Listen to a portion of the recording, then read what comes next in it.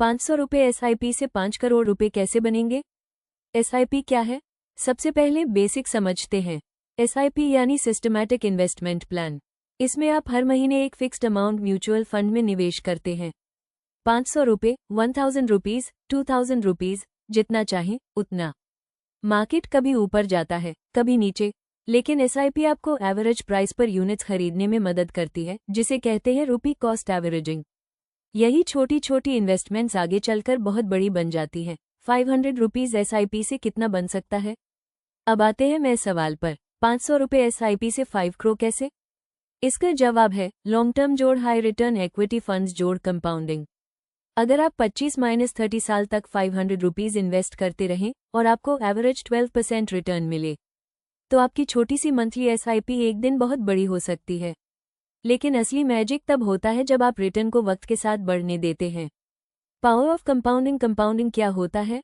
Imagine कीजिए आपने ₹500 invest किए, इस पर रिटर्न मिला, फिर अगले महीने आपने ₹500 फिर से इन्वेस्ट किया। अब रिटर्न सिर्फ आपके पैसे पर नहीं, बल्कि रिटर्न के रिटर्न पर भी मिलता है।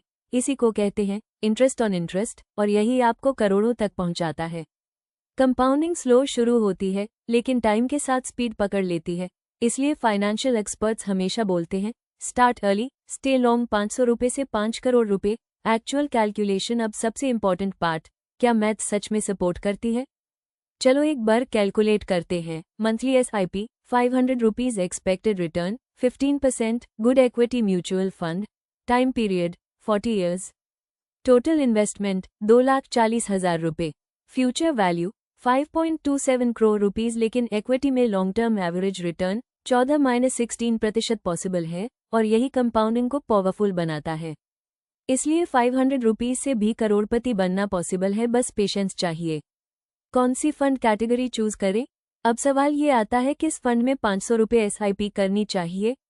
लॉन्ग टर्म वेल्थ के लिए रिकमेंड है equity mutual funds, index funds, flexi cap funds, small cap mid cap funds for higher growth. Important यह है सीप को लंबे टाइम तक चलने देना है। शॉर्ट टर्म में मार्केट ऊपर नीचे होगा, बट लॉन्ग टर्म में ग्रोथ ही ग्रोथ है।